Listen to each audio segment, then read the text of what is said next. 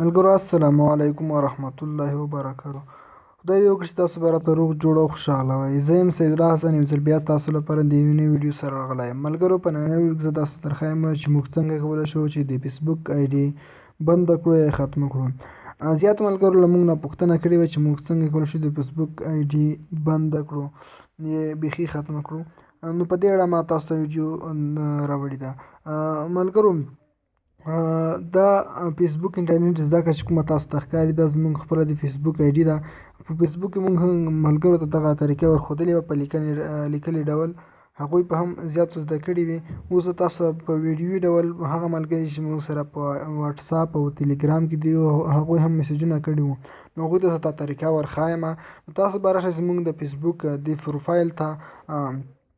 زموږ د پروفایل لینک به تاسو ته د ویډیو لاندې ډسکریپشن کې هم موجود وي، هلته به وي، له هغه ځای څخه هم تاسو ترلاسه کولی شئ. همدارنګه د ویډیو د ختمولو آی ډي د ختمولو لینک به هم موجود وي. خو مخکې ملګرو له دې چې ویډیو پیل کړو یوه یادونه کوم چې که تر اوسه پورې زما د یوټیوب چینل مو سبسکرایب کړی نه وي نو مهرباني وکړئ زما د یوټیوب چینل هم درسره سبسکرایب.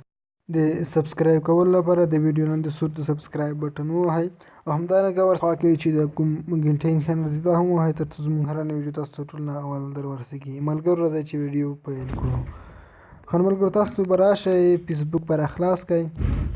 کله مو چې فیسبوک خلاص کړ دلته به تاسو راشئ زموږ پروفایل ته. زه خپل پروفایل ته راځم، تاسو به هم دلته راشئ. لاندې چې کله راغلی لږ ښکته به راشئ. کله چې لږ لاندې راغله دلته مونږ هغه لینک چې کوم دی هغه شیر کړی دی له خپلو ملګرو سره، هغه به تاسو کلیک کړئ. دغه کوم چې تاسو خیر چې آیا غواړئ چې خپل د فیسبوک آی ډي تل لپاره ختمه کړئ، دلته به تاسو په دې لینک باندې کلیک وکړئ. کله مو چې په دې باندې کلیک وکړ تاسو ته به اوس دلته یوه برخه راخلاصه شي، مثلا دغه صفحه. دلته لاندې تاسو ورته وینئ چې ډیلیټ اکاونټ د صفحه نه ده لاندې یوه په دې خانه به چیک مارک کړئ. دلته به کنټینیو ټو اډ ډیلیشن په دې به کلیک وکړئ. دلته تاسو کلیک وکړ دلته تاسو ته راځي مثلا لږ لاندې به راشئ. دلته کله چې دلته لږ لاندې راغلی دلته ویل کوي ډیلیټ اکاونټ په دې به کلیک وکړئ. کله مو چې په دې باندې کلیک وکړ لږ به ورته انتظار وکړئ تر څو بله صفحه راخلاصه شي. دلته تاسو ته اوس وایي چې انټر پاسورډ. کله چې تاسو پاسورډ داخل کړئ او په کنټینیو باندې کلیک وکړئ دا ستاسو آی ډي به ختمه شي. دلته ورته لیکل شوي دي کنفرم دیس از یور اکاونټ بیفور پرمنټلی ډیلیټ یور اکاونټ پلیز انټر یور پاسورډ.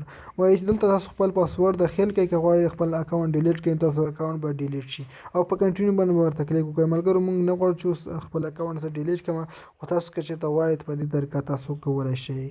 ښه نو ملګرو دا زموږ خپل آی ډي ده د فیسبوک. دلته هم تاسو راتللی شئ له موږ سره په فیسبوک یو ځای کیدی شئ. ملګرو دا وه زموږ ویډیو. په دې هیله چې ویډیو مو خوښه شوې ویډیو لایک او شیر کړئ له خپلو ملګرو سره. مننه، ښه وخت ولرئ.